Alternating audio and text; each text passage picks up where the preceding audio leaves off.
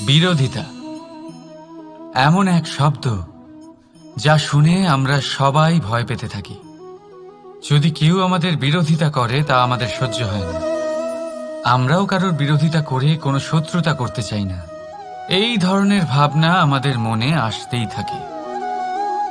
কিন্তু বিরোধিতা এই শব্দ আপনার শান্তির জন্য, আপনার সুখের জন্য কতটা গুরুত্বপূর্ণ তা আপনারা জানেন না।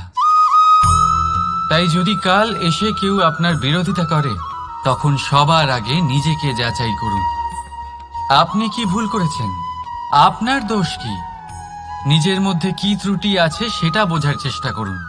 নিজেকে সংশোধন করার চেষ্টা করুন। তারপর দেখুন, বিরোধিতার এই আগুন আপনাকে স্বর্ণ থেকে কুন্দন বানিয়ে তুলবে। বলা হয় এই সংসারে খারাপ বেড়েই চলেছে, কিন্তু তার কারণ এ নয় যে খারাপ মানুষ বেড়ে চলেছে। তার কারণ হলো যে ভালো মানুষ, যাদের ভালো চিন্তা, ভালো বিচারধারা আছে, তারা খারাপের বিরোধিতা করতে পারে না। যদি আপনার সম্মুখে কোনো খারাপ কর্ম হয়, তাহলে তার বিরোধিতা করতে সংকোচ করবেন না, কারণ বিরোধিতার এই আগুন মন্দকে পিছুপা হতে অবশ্যই বাধ্য করে। রাধা রাধা। বিশ্বাস, জীবনে বিশ্বাস কতটা গুরুত্বপূর্ণ। একজন স্ত্রী তার স্বামীর হাত ধরে যে কোনো জায়গায় যেতে পারেন, এর কারণ হলো বিশ্বাস।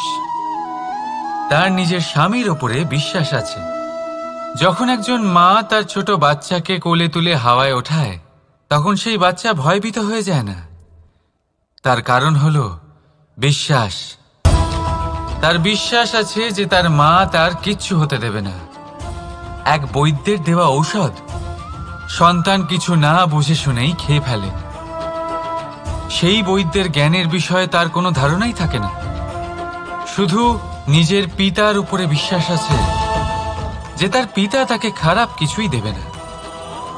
যখন এই সংসারের প্রতিটা বন্ধন বিশ্বাসের উপরে দাঁড়িয়ে আছে, তাহলে কেন এই বিশ্বাসকে আমরা জীবনে আনতে পারি না?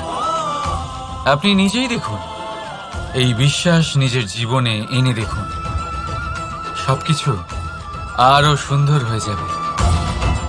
তাই ভালোবেসে বলুন,